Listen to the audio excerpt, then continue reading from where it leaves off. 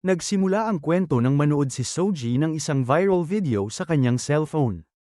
Ang channel na nag-upload nito ay tinatawag na Aringo, at ang pinakabago nitong video ay halos umabot na sa 1 milyong views.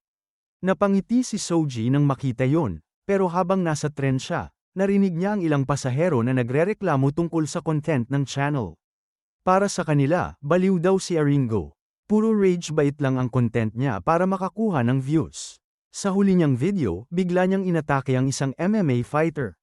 At nauwi yun sa isang totoong suntukan. Marami ang nagsasabing basura ang ganitong klase ng content, pero kahit ayaw nila, hindi nila may kakaila dami ng views ni Aringo. Habang binabasa ni Soji ang mga comments sa ilalim ng video, lalo siyang natuwa. Ramdam na ramdam niya ang galit ng mga tao. Sa isip niya, mas mainit ang galit, mas malaki ang kita. Kaya hinihikayat niya ang mga commenters na ipagpatuloy lang ang galit nila, dahil bawat apoy na nagliliyab, pera ang kapalit. Doon nabunyag ang totoo, si Soji mismo ang may-ari ng Aringo channel. Binuksan niya ang kanyang dashboard at tiningnan ang kinikita niya.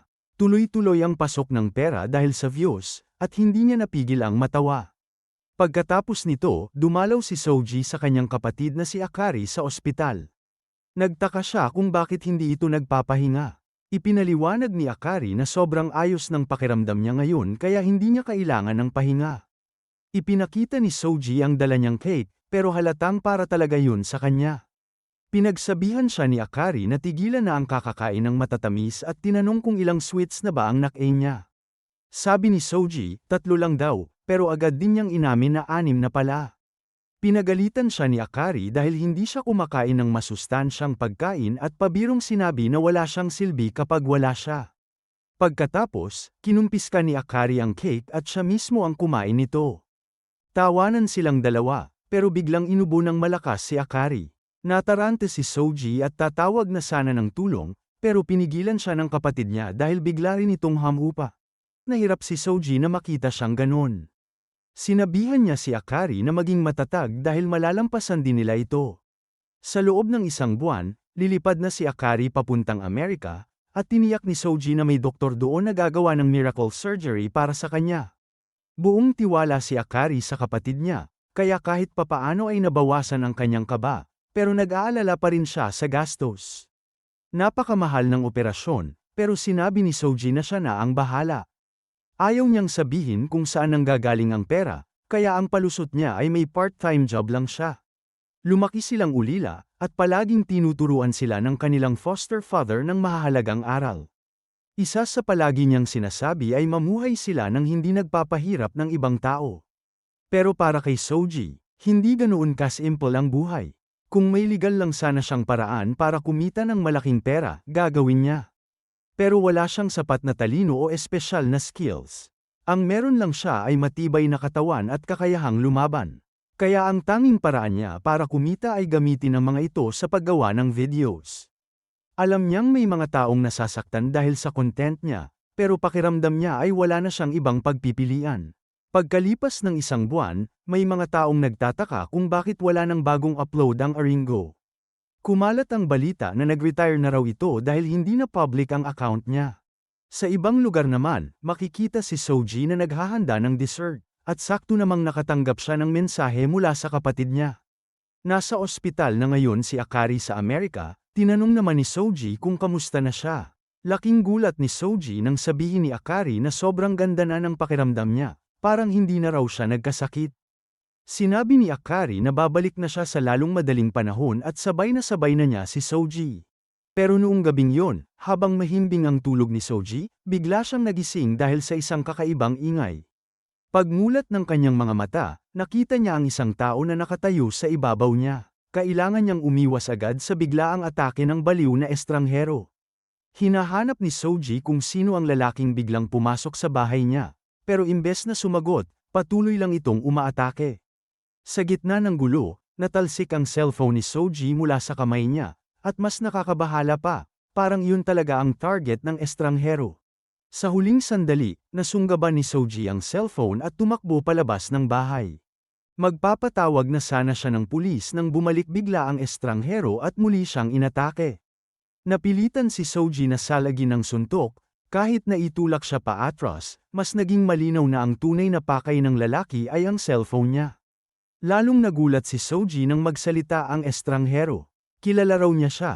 Ang pangalan niya ay Ishiro, at ang alias niya ay Dingo, isang kilalang rage bait content creator. Napanood niya ang lahat ng videos ni Soji, at suklam na suklam siya sa mga yon. Minura niya si Soji, pero bigla ring tumigil at humingi ng paumanhin. Sa ikinagulat ng lalaki, si Soji naman ang nagsabing siya ang humihingi ng tawad. Pero biglang pinutol ng lalaki ang sinasabi niya at tinangkang atakihin muli ang phone. Doon na nagtaka si Soji kung ano ba talaga ang problema nito. Napakunot noo ang lalaki at sinabing, wala nang saysay ang mga sinasabi niya. Paulit-ulit lang daw niyang binabanggit ang kapatid niya, na para bang wala siyang alam sa nangyari. Litong-lito si Soji hanggang sa diretsahang sinabi ng lalaki ang katotohanan. Patay na ang kapatid niya. 1 buwan na ang nakalipas. Parang gumuho ang mundo ni Soji. Mariin niyang itinanggi yon. Buhay pa raw si Akari, kachat niya ito araw-araw. Pero unti-unting ipinakita ng alaala ang totoong nangyari. Lumala ang kondisyon ni Akari, at kahit anong gawin ng mga doktor, hindi na siya nailigtas. Walang nagawa si Soji kundi panoorin ang huling sandali ng kapatid niya. Hindi niya yun matanggap, hindi siya umattend ng libing, at dahil silang dalawa lang ang magkapamilya, siya ang nag-ingat ng abo ni Akari. Pero kahit yun, hindi pa rin sapat para tanggapin niya ang realidad. Patuloy siyang nagme-message sa cellphone ni Akari. Walang pakialam sa paligid, walang sagot. Isang araw, bumili siya ng maraming puding. Kinausap niya ang kapatid niya, umaasang papagalitan siya nito gaya ng dati. Pero tahimik pa rin ang chat. Sa desperasyon, nagmamakaawa siyang huwag siyang iwan ni Akari, hanggang sa isang araw, nakita niyang send ang message. Ilang sandali lang, nag-reply si Akari, na parang walang nangyari. Pinagalitan siya sa sobrang pagkain ng matatamis at sinabihang kumain ng gulay. Para makasiguro, nagtanong si Soji, at binanggit ni Akari ang isang alaala na silang dalawa lang ang may alam. Doon naniwala si Soji, sigurado siya, si Akari talaga yun. Balik sa kasalukuyan, narinig ni Soji ang boses ni Akari mula sa cellphone. Sinabi nitong nakikita siya, at maya-maya, lumitaw ang mukha niya sa screen. Sa sandaling yun, buo ang paniniwala ni Soji na buhay pa ang kapatid niya. Pero bago pa siya makareact, tinamaan ng suntok ang kamay niya. Natalsik muli ang cellphone, at ngayon, handa na itong tuluyang sirain ng estranghero.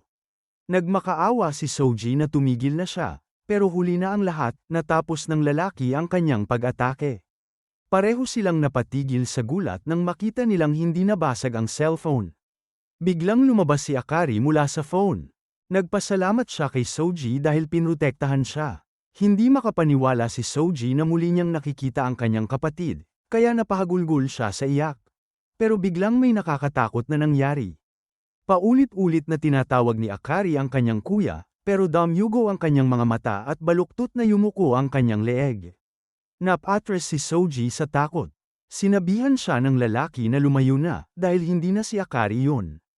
Isa na raw itong halimaw, at wala na ang kapatid niya. Ipinaliwanag ng lalaki ang katotohanan, ang kachat ni Soji ay isang multo. Ang mga multo raw ay namumuo sa mga lugar kung saan may malakas na koneksyon ang namatay.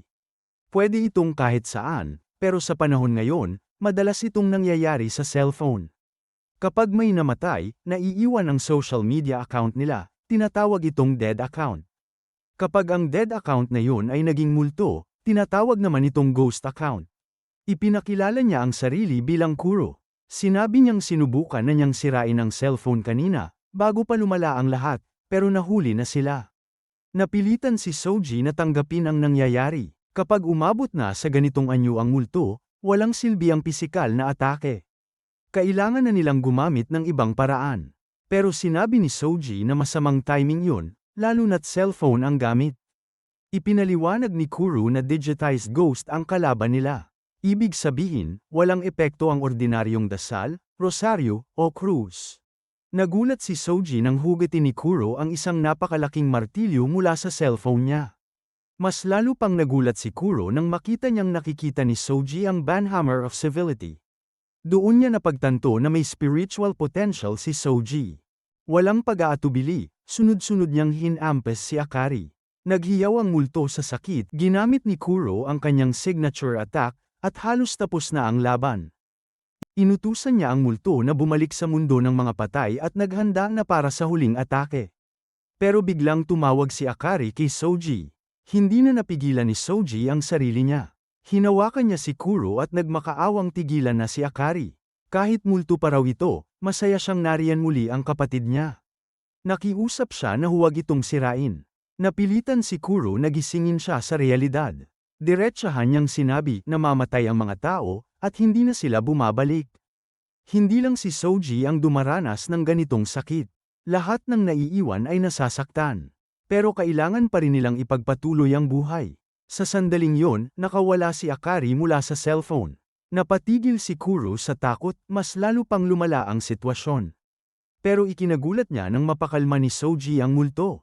Sinigawan siya ni Kuro na tumigil, pero itinulak lang siya ni Akari. Malubha ang kalagayan ni Kuro, at mas masama pa, nahulog ang cellphone niya. Alam niyang papasok na sila sa pinakamasamang posibleng senaryo, kaya sinigawan niya si Soji na tumakbo na. Pero huli na, si Soji ay lubog na sa emosyon. Sinabi niya kay Akari na huwag na siyang mag-alala, nandito na ang kuya niya. Pero biglang kinagat siya ni Akari. Sinimulan siyang kainin ng multo, at sinabi nitong magkasama na sila magpakailanman. Doon naalala ni Soji ang sinabi ni Kuro, ang mga multo ay nananatili kung saan may malakas na ugnayan. Palaging sinasabi ni Akari na wala siyang silbi kung wala siya. Doon niya napagtanto ang katotohanan. Siya mismo ang tanikala. Siya ang dahilan kung bakit hindi makapagpahinga si Akari. Ayaw lang nitong iwan siyang mag-isa. Napagtanto ni Soji na siya ang pumipigil sa kapatid niya na makatawid. Sa sandaling yon, may nagbago sa cellphone niya.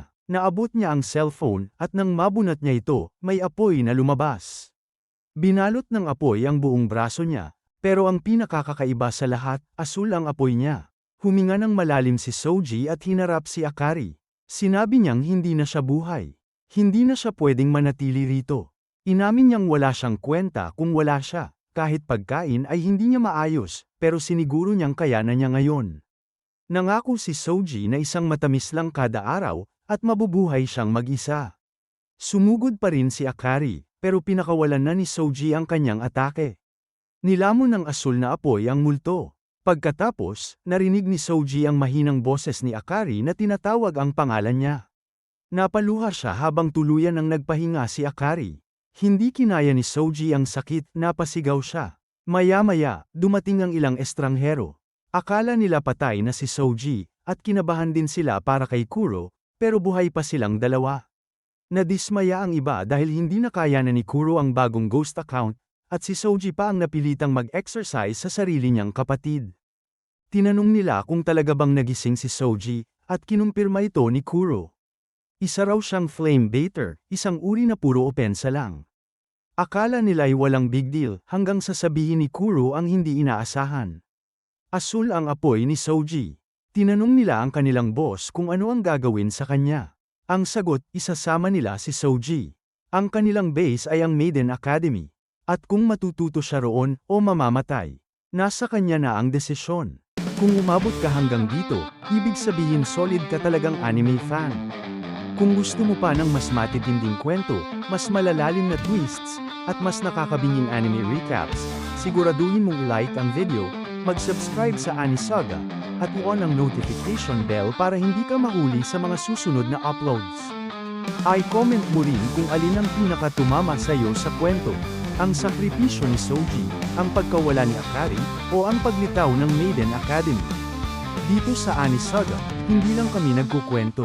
Binubuhay namin ang bawat eksena. Kita-kit sa susunod na anime recap.